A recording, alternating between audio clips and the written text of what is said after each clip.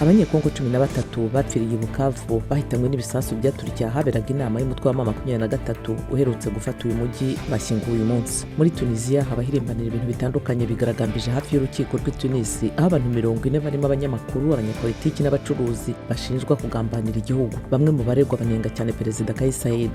Perezida w'inzibacyuho wa Gabon Baherutse wakoze kudeta muri 2023 yatangaje ko azitabira amatora azaba tariki 12 ukwezi gutaha. Itegeko rishya ry'amatora ryemejwe mu kwa mbere ryemerera abasirikare n'abacamanza kwiyamamaza. Ibiro bya PAM bikorera muri Somalia byatangaje ko hitezwa amapfa mu gihe cy'ihinga ibizagira ingaruka ku bandi bantu miliyoni 1 baziyongera ku basanzwe bashonje. PAM yaburiye kandi ko ikibazo kizarushaho gukara bitewe n'igabanuka ry'imfashanyo. Muri Sudani ho UNICEF yatangaje ko abana 221 barimo n'abahungu bafashwe ku ngufu n'abantu bitwaje intwaro kuva mu ntangiriro za 2024 kugeza magingo aya. Ibi byose ni ingaruka z'intambara ihabera.